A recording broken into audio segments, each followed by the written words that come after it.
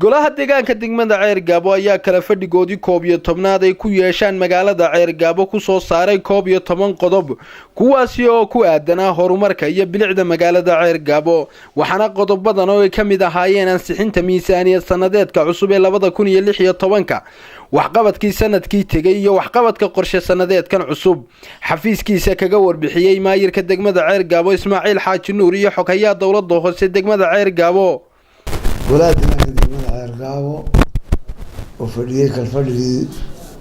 11aad shirkii uu dhamaaday muddo dheerna ku jiray wadatashi falanqayn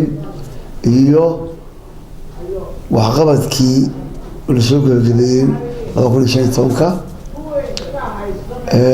kana tashanayay waxqabadka 2016 shirkaas wuxuu dhamaaday bisha December 29 walillahi alxamdi goluhu wuxuu isla gaaray oo go'aamiyay 11 qodob ay soo saaray 11 qodob markaan wax yar ka taabto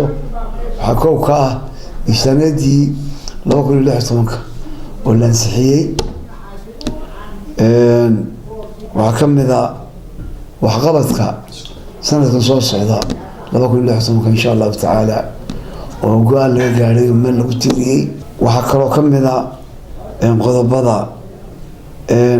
بدن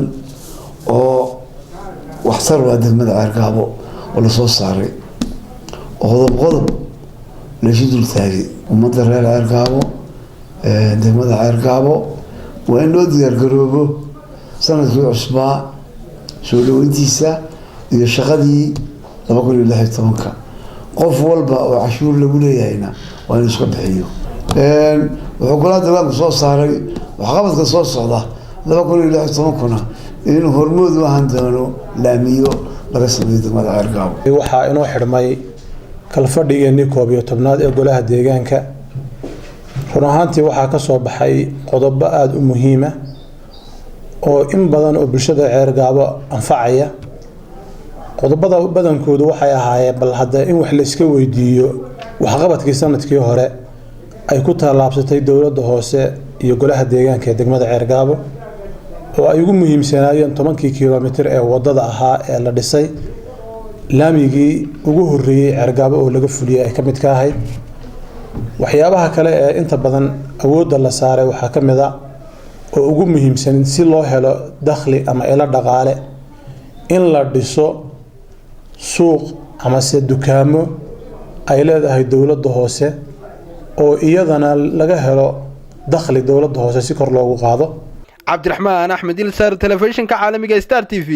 magaalada Ceergaabo